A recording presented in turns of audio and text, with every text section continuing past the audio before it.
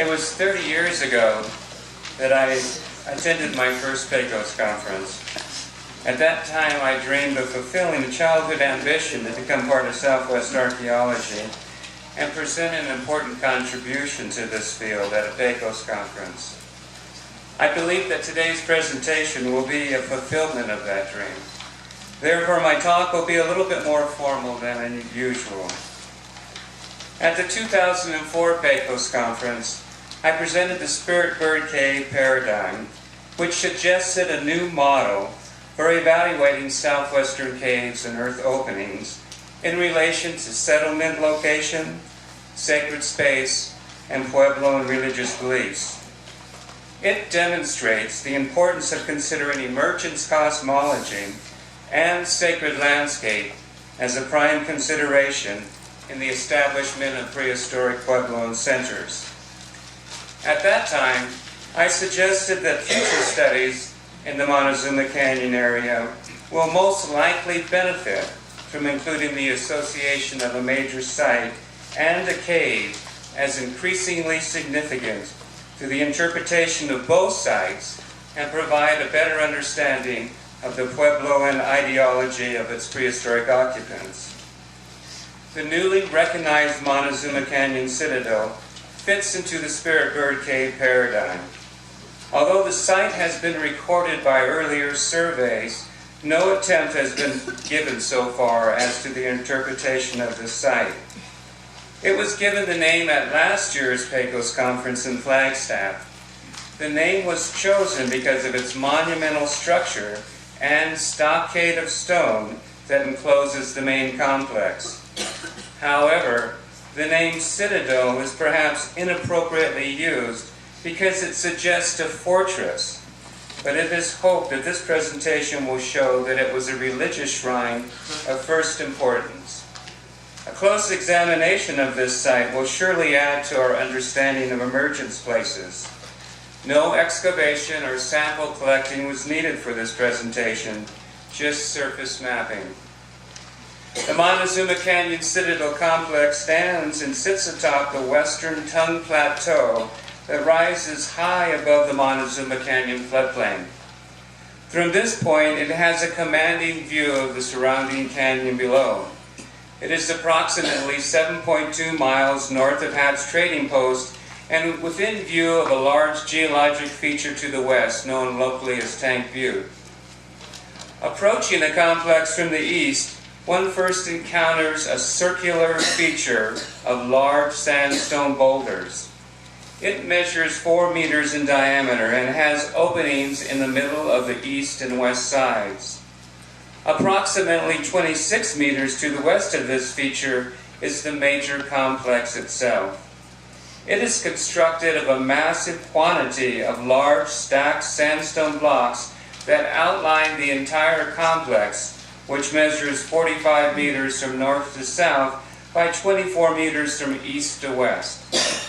The complex contains both circular and square foundational outlines that appear to represent the location of 4 large room-like enclosures. The major part of the complex is a collapsed 3.8 meter diameter tower that may have been mortared and is outlined by a large wall of stacked sandstone blocks that still stand between 1.2 and 1.5 meters high. The south side of the tower has a 0.6 meter wide doorway that leads into a square room of stacked sandstone blocks.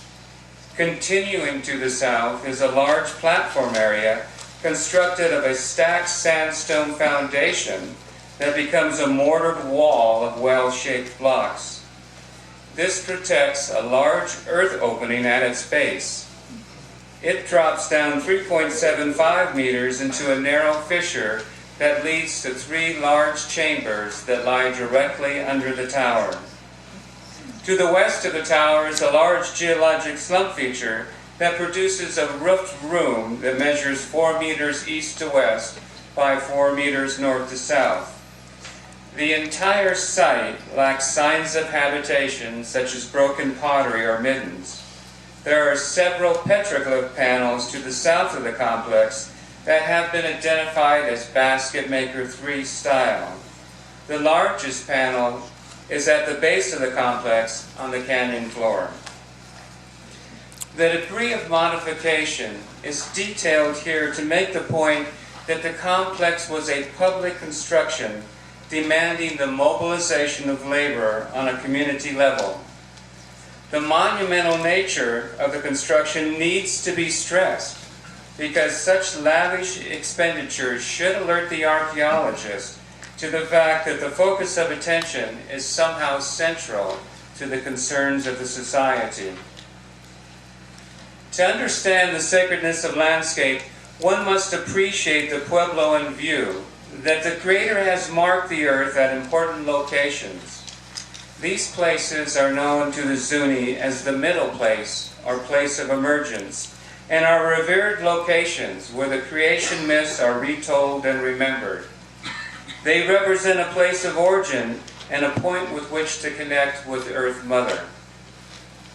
Mesoamerica shares with the Southwest the concern for the place of emergence.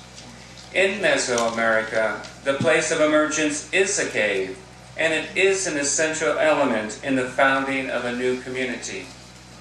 Garcia Zambrano states, quote, "These cavities, when ritually dedicated to the divinities, become the pulsating heart of the new town, providing the cosmogonic reference that legitimized the settlers' rights for occupying that space and the ruler's authority over that site." End quotes. Throughout the Americas, evidence demonstrates that the essential nucleus of a settlement and a sacred place is foremost in the founding of a new community. At the beginning of the new millennium, increasing attention to the importance of landscape and settlement decisions has been noted, and archaeologists are now starting to articulate a well-formulated model of Puebloan sacred geography that will allow them to reconstruct the ideological basis of ancient settlement. These fresh interpretations in Southwest archaeology now allow for a better understanding of the motives that lie behind settlement choice that are seemingly more consistent with what is known about the beliefs of the Native Americans and much closer to the basic Puebloan cosmological beliefs. As archaeologists, we have been trained to weigh, measure, and write reports of the material remains of prehistoric cultures. When it comes to the intangible aspects of culture, like religion and sacred space, the archaeologist tends to feel uncomfortable and often ignore these subjects. However, we must not forget that we are also anthropologists, and our main concern is the story and understanding of the human person.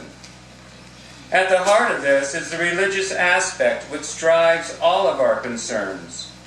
This is especially true for the Puebloan people of today. Understanding their religious ceremonies should be foremost in our concern, and it will allow us to better understand the ancient Puebloans.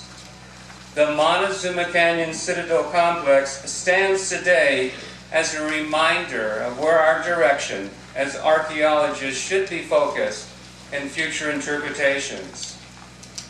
The aspect of shrines for the prehistoric Puebloans was of central importance and was the driving force for their settlement choices. The Montezuma Canyon Citadel is a critical element to the nearby settlements because it validated their site's claim to its power and elevated status. My research at this site suggests that the nearby settlements considered this location to be of first importance. It was indeed a location of major religious activity which served as a place of origin, emergence, and foundation. This understanding will allow us to better see how its earlier inhabitants saw the complex and why, perhaps, it allowed the sites within Montezuma Canyon to become influential players within the regional power structure. Thank you.